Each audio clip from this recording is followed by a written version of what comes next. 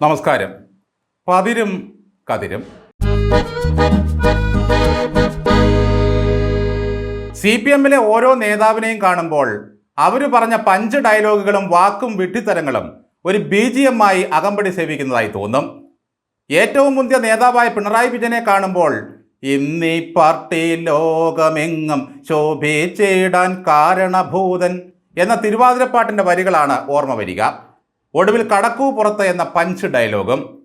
വീണ ജോർജിനെ പറ്റി ഓർക്കുമ്പോഴെല്ലാം ഈ കപ്പൽ ആടി ഉലയുകയില്ല സാർ എന്ന ഡയലോഗ് തികട്ടി വരും. ഡെബിളെ റഹീമിനെ കാണുമ്പോൾ ക്യാൻ യു. പി രാജീവിനെ കാണുമ്പോൾ ആത്മനിഷ്ഠ ഘടകവും വ്യക്തിനിഷ്ഠ ഘടകവും തേട്ടി വരും. ഗോവിന്ദമാഷിനെ കാണുമ്പോഴെല്ലാം ഒരു വലിയ കുട്ട അപ്പത്തിൻ്റെ ഓർമ്മകൾ. വിമാനത്താവളത്തിൻ്റെ ബളയത്രയെന്ന് കേൾക്കുന്ന മാത്രമേ നമുക്ക് ജയിക്കിനെ ഓർമ്മ വരും. ചുപ്രപതാക എന്ന് കേൾക്കുമ്പോൾ മറ്റൊരു ഷൂമാക്രിയെ ഓർമ്മ വരും. വിപ്ലവകാരികൾ ഒരു വാക്കിലേക്ക് ചുരുങ്ങുന്ന മഹാത്ഭുതം ഇവിടെ സംഭവിക്കുന്നു. ആള് അസ്ഥികൂടത്തിലേക്ക് ചുരുങ്ങും പോലെ. ഇപ്പോഴിതാ ഹമ്മ ഹമ്മ ഹമ്മ ഹമ്മ ഹമ്മ എന്ന പാട്ടിൻ്റെ വരികൾ ഓർക്കുമ്പോൾ ജോൺ ബ്രിട്ടാസിനെ ഓർമ്മ വരുന്ന ഒരു മഹാത്ഭുതം സംഭവിച്ചിരിക്കുന്നു. 10 മാസം ചുമന്നുകൊണ്ട് നടന്ന് നൊന്തു പ്രസവിച്ച അമ്മമാർക്ക് നമ്മൾ പാരിതോഷികങ്ങളൊന്നും കൊടുത്തില്ലെങ്കിലും വേണ്ടില്ല, കണ്ടവനെ കൊണ്ട് അവരെ തള്ളക്കി വിളിപ്പിക്കരുത്. ചന്തമുക്കിലോ JB ജംഗ്ഷനിലോ കലിങ്കിലോ ഇരിക്കുമ്പോഴാണ് ബ്രിട്ടാസ് തള്ളക്കി വിളി കേൾക്കുന്നത് എങ്കിൽ അത് നാടിൻ്റെയും സംസ്കാരത്തിൻ്റെയും കുഴപ്പമാണെന്ന് പറയാം. എന്നാൽ ഇന്ത്യൻ പാർലമെൻറ്റിൻ്റെ മഹനീയമായ സഭയിലിരുന്ന് അമ്മയ്ക്ക് വിളി കേൾക്കുക എന്ന നിയോഗം ലഭിച്ച അപൂർവ വ്യക്തിത്വത്തിൻ്റെ ഉടമയായി മാറിയിരിക്കുന്നു ബ്രിഡ്ജാസ്. തമിഴ്നാട്ടിൽ നിന്നുള്ള രാജ്യസഭാംഗം തമ്പിദുരൈ നീറ്റ് വിഷയവുമായി ബന്ധപ്പെട്ട് രാജ്യസഭയിൽ സംസാരിക്കുമ്പോഴാണ് സംഭവം.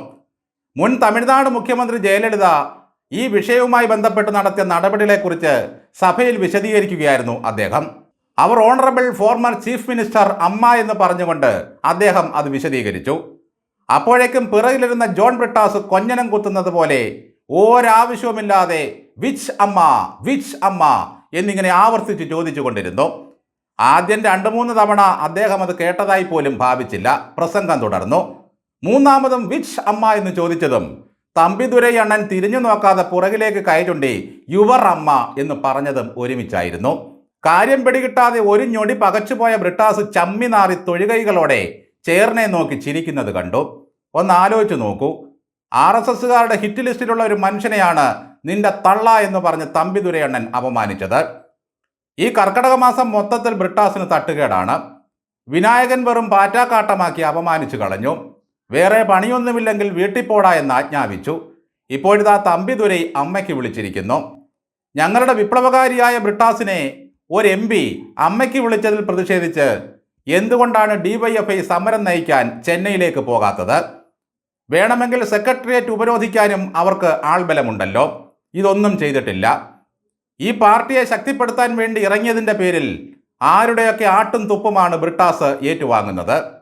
ഇവിടെ മനസ്സിലാകാത്ത ഒരു കാര്യം, തമ്പിദുരൈ അമ്മയെന്ന് വിശേഷിപ്പിച്ചത് തമിഴ്നാട് മുൻ മുഖ്യമന്ത്രിയായിരുന്ന ജയലളിതയാണെന്ന് അറിയാത്തയാളാണോ ഈ ബ്രിട്ടാസ്?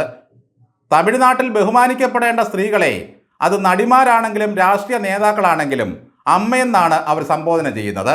അത് ഇദ്ദേഹത്തിന് അറിയില്ലേ? ഇവിടെ കാരണഭൂതനെന്നും ദൈവമെന്നും ഒക്കെ പറഞ്ഞ് ഒരാളെ പൊക്കിക്കൊണ്ട് നടക്കുന്നത് നിങ്ങൾ തന്നെയല്ലേ?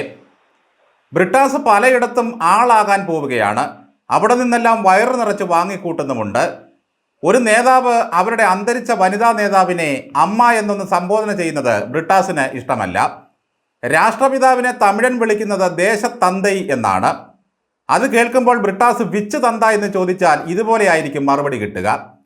കേരളത്തിൽ തകർന്നടിഞ്ഞു കിടക്കുന്ന communist party of India mark ലിസ്റ്റിനെ ഉടലോടെ പൊക്കിയെടുത്ത് ഉയിര് കൊടുത്ത് ഉലകാകെ ഞാൻ പടർത്താമെന്ന മട്ടിലാണ് ഇപ്പോൾ ബ്രിട്ടാസിൻ്റെ പ്രവർത്തനങ്ങൾ. കമ്മികളിൽ അന്ധമായ വിനായകൻ പോലും ഈ മനുഷ്യനെ മ്ലേച്ഛമായ ഭാഷ കൊണ്ട് ആക്ഷേപിക്കണമെങ്കിൽ എന്താണ് ബ്രിട്ടാസിൻ്റെ തകരാറ്? പിണറായി വിജയൻ്റെ ആശ്രിതനായി നിന്ന് VS അച്യുതാനന്ദനോട് ബ്രിട്ടാസ് ചെയ്ത ചതിയും ആരും മറന്നിട്ടില്ല. അതിൻ്റെയൊക്കെ ഫലം കിട്ടാതിരിക്കില്ലല്ലോ. ഒരാളൊരു വിഷയത്തിൽ സംസാരിച്ചു കൊണ്ടിരിക്കുമ്പോൾ ഇങ്ങനെ പിന്നിൽ നിന്ന് ഇളിക്കുന്നതും പരിഹസിക്കുന്നതും ഒരു രാജ്യസഭാ അംഗത്തിന് ചേർന്ന പ്രവൃത്തിയാണോ? ഒരിക്കൽ സുരേഷ് ഗോപിയെ മുന്ന എന്ന് വിളിച്ചാണ് ഇദ്ദേഹം പാർലമെൻറ്റിൽ അപമാനിച്ചത്. എന്തൊക്കെയായാലും അണ്ണന്മാരുടെ തള്ളക്കി വിളി കേട്ടപ്പോഴും കൈകൾ കൂപ്പി അഭിമാനത്തോടെ സാദരം അത് ഏറ്റുവാങ്ങിയ ബ്രിട്ടാസ് ഒരു കുലീനനായ കമ്മിയാണ്. അമ്മ എന്ന് കേട്ടപ്പോൾ ബ്രിട്ടാസിന് ഓർമ്മ വന്നത് മാക്സിം ഗോർക്കിയുടെ അമ്മയെയാണോ അതോ കേരളത്തിൽ നിന്നുള്ള ടീച്ചറമ്മമാരെയാണോ?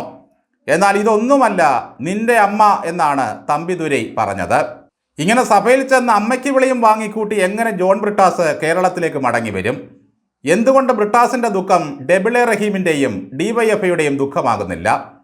തമ്പിദുരൈയെ തമിഴ്നാട്ടിൽ ഇറങ്ങി നടക്കാൻ അനുവദിക്കില്ലെന്ന് എന്തുകൊണ്ടാണ് എസ്.എഫ്.ഐ പറയാത്തത്? ഒരുപക്ഷെ മഴയൊന്ന് തോരുമ്പോൾ പറയുമായിരിക്കും.